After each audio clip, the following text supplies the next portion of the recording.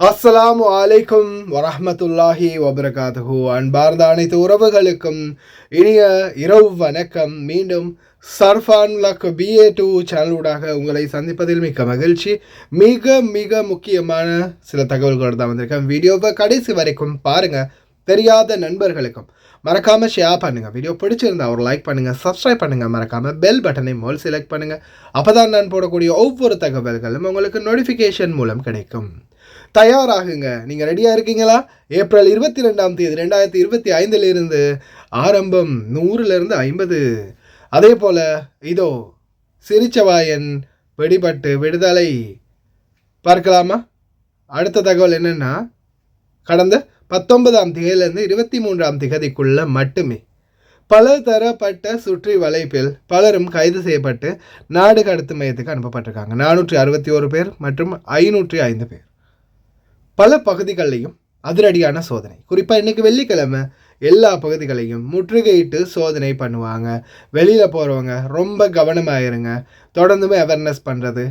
இதோ இந்த நாட்களுக்குள்ளே மட்டுமே பிடிப்பட்டவர்களுடைய எண்ணிக்கை 1000 நெருங்கி இருக்குது. முன்னாடி வரக்கூடிய செக்இன் வீடியோவையும் பாருங்கள்.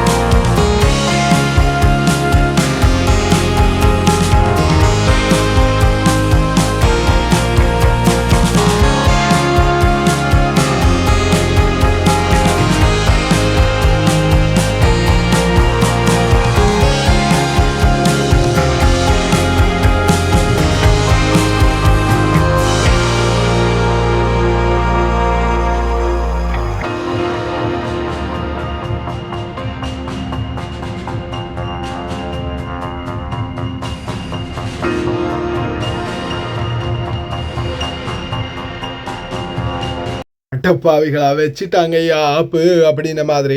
எதிர்வரும் ஏப்ரல் 22 2025 புதிய டிராஃபிக் ஃபைன்ஸ் எல்லாமே அப்ளை ஆகுது. அதே மாதிரி சீட்டு பெல்ட் போடாதவங்களுக்கு வெறும் 30 தினார் அப்படின்னு நினச்சிக்கிட்டு இருந்த பட்சத்தில் இதோ செட்டில்மெண்ட் அப்பீல் நீதிமன்றத்துடைய உத்தரவின் அடிப்படையில் இது விபத்துகளில் உயிரிழக்கிறதுக்கு 50% காரணமாக இருப்பதால் சீட் பெல்ட் உபயோகிக்காதவங்களுக்கு 1 மாத கால சிறை தண்டனை மற்றும் 50 தினார்லேருந்து 100 தினார் வரைக்கும் அபராதம். இது 2இல் 1 நிச்சயமாக செயல்படுத்தப்படும் அப்படின்னு தெரிவிச்சிருக்கிறாங்க. மறந்து போய் கூட சீட் பெல்ட்டு இனிமேல் போடாமல் இருந்துடாதீங்க. உங்களுக்கு முன்னாடி கூட உட்கார்ந்துருக்கிறவங்களையும் மறக்காமல் சீட் பெல்ட்டை போட வைங்க. எத்தனை கேமராக்கள் உங்களை சுற்றி இருக்குன்றதை இந்த வீடியோவில் பாருங்கள்.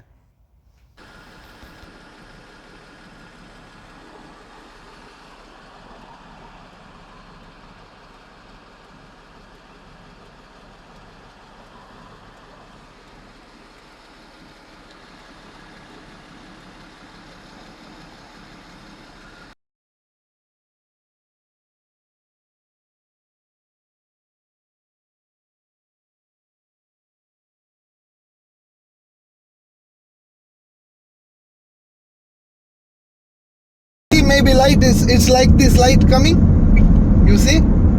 Yeah, I make. Yeah, make. See, the light is coming like this. Yeah. Make, okay?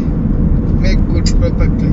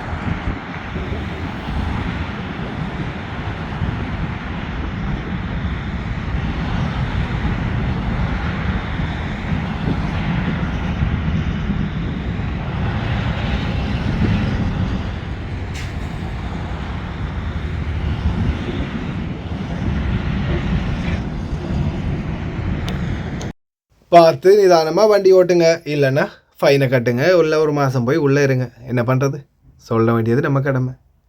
அடுத்ததா சிரிச்ச வாயனை பிடிச்சி உள்ளே வச்சு கடைசியில் வெளியே விட்டுக்கிறாங்க. காமெடி பீஸ் මන්ත මොනවද හිතෙන්නේ මේ ගැටලුව ගැන?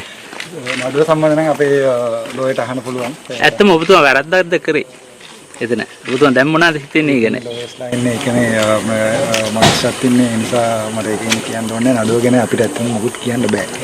ඒක මේ නීතියට කරු කරනවා. නීතියට කරු කරනවා. මාත්‍රම නීතියට කරු කරන්න බෑ. ඉතින් රටේ අන්න ලෝ බයි ඩි සිටිසන්. ඒ නිසා මේ මම කලින්වත් මම දැනන් හිටියට පස්සේ නෙක්ස්ට් ඩේ ඇවිල්ලා හිටියා ෆෝර්ස් එකේ. ඒ නිසා මේ ඒක ගැන මොකුත් අහන්න තව වෙනම කරේ එකක් කරනවා. ඔබතුමා මේ නිතරම මේ ප්‍රධාන චරිතයක් කියලා තියෙනවා රටේ මේ විවිධ ප්‍රශ්න සම්බන්ධයෙන්. මොකද ඒකට හේතුව? එක එකක් කියන්න මම කියන්නේ. ඒ කියන්නේ පාර්ලිමේන්තුවේ තුල ඊට පස්සේ පොලිසියත් එක්ක විවිධ අවස්ථාවල ප්‍රශ්න ඇති කරගෙන. එතකොට ඕගොල්ලෝ මාව ලකා කරලා ඕගොල්ලෝ මහනවා අයිද කයිලා ඉන්නවා. පොඩි කට්ටිය අතරත් ප්‍රසිද්ධයි ඔබතුමා. ඒ කියන්නේ දේශපාලන වශයෙන් විශාල ප්‍රසිද්ධියක් ලැබලා තියෙනවා. එන්න ඕනේ කියලා MBBS MSc ප්‍රොජෙක්ට් මැනේජර් ඔය ඩිග්‍රීස් මොකුත් කරලා නැහැ. මට දේශපාලනේ ඇත්තටම කැමති නැහැ. අවුරුදු 30ට මම කවදාවත් ඡන්ද දීලා නැහැ. දැන් ඇත්තටම වෙලා තියෙන මිනිසුන් වෙනුවට. ඒ නිසා මේ තව මම වැඩි දුරක් ඉන්නේ නැහැ. මම පොලිටික්ස් එකට මට කැමතිම නැති ෆීල්ඩ් එකක් තමයි පොලිටික්ස්. හැබැයි ඉන්න කාලේ නම් මම කෙලින් ඉන්නවා ඔච්චරයි. ඔබතුමා සමහර ප්‍රකාශ ಜಾති ભેද උස්සන තත්ත්වයක් තියෙනවා කියලා මේ යම් තැන්වල කියවෙනවා. මේ ඉන්නේ මට ඉන්නේ ලෝයිස්ලා ඔක්කොම සිංහල. ඒතකොට හිතනවාද මේකක් තියෙනවද කියලා. එහෙම නම් ඒගොල්ලෝ කෙනීටනවාද? முன்னாடி டாக்டர் அர்ஜுனா அப்படின்னு சொல்லும்போது ஒரு வீரம் தெரிஞ்சிச்சு. ஒரு நல்ல ஒரு ஜெனுவினான ஆளாக தெரிஞ்சார். என்னென்னா அந்த ஹாஸ்பிட்டலில் நடக்கக்கூடிய ஊழல்களை வெளிக்கொண்டு வந்தது, நல்ல ஆக்டிவாக செயல்பட்டது, மருத்துவர் என்ற ரீதியில் மிகப்பெரிய ஒரு கௌரவத்தோடு இருந்த டாக்டர் அர்ஜுனா அமைச்சர் அர்ஜுனாவை எப்போ மாறினா, எம்பி மெம்பர் ஆஃப் பார்லிமெண்ட் அர்ஜுனாவை எப்போ மாறினாரோ அன்னையிலிருந்து மொத்தமாகவே ஜீரோவாகி நிற்கிறாரு. இப்போ காமெடி பீஸாக மாறி இருக்கிறாரு. நல்ல ஒரு ஜெனுவினாக கெத்தாக இருந்த ஆள் இந்த எலெக்ஷனுக்குள்ளே வந்து அதுக்கப்புறமும் பொலிட்டிக்கலுக்குள்ளே இணைஞ்ச பிறகு சில அவருடைய அந்த நடத்தைகளில் மிகவும் மோசமான செயல்பாடுகளால் இன்றைக்கி மக்களால் ரொம்பவும் விமர்சனத்துக்குரிய ஆளாக மாறியிருக்கிறாரு. தலைக்கணம் ஏறினது தான் இதுக்கான முக்கிய காரணம். நான் ஒரு எம்பி, நான் ஒரு அமைச்சர், நான் ஒரு எம்பி, நான் ஒரு பாராளுமன்ற உறுப்பினர், எனக்கு நீங்கள் மரியாதை தரணும், என்னைய சேர் போட்டு தான் கூப்பிடணும். அதே மாதிரி தன்னறியா சிங்களம் தன் பெடரிக்கு சேதம் அப்படின்னு சொல்லுவாங்க யாழ்ப்பாண பாசையிலையும். அப்போது அதே மாதிரி தான் அவரும் மகுல உம்பலாகி பம்பு பார்லிமெண்ட் அப்படின்றாரு. இன்னைக்கு கடைசியில் போலீஸ் அதிகாரிகளை முறைச்சதுக்காக ஜெயிலுக்கு போயிட்டு வந்திருக்காரு. அர்ச்சுனா பற்றி உங்களுடைய கருத்துக்களை மறக்காமல் கமெண்ட்டில் பதிவு பண்ணுங்கள். கடைசி வரைக்கும் பார்த்து எல்லாருக்குமே ரொம்ப நன்றி. தெரியாத நண்பர்களுக்கு மறக்காமல் ஷேர் பண்ணுங்கள். வீடியோ பிடிச்சிருந்தா லைக் பண்ணுங்கள், சப்ஸ்கிரைப் பண்ணுங்கள்.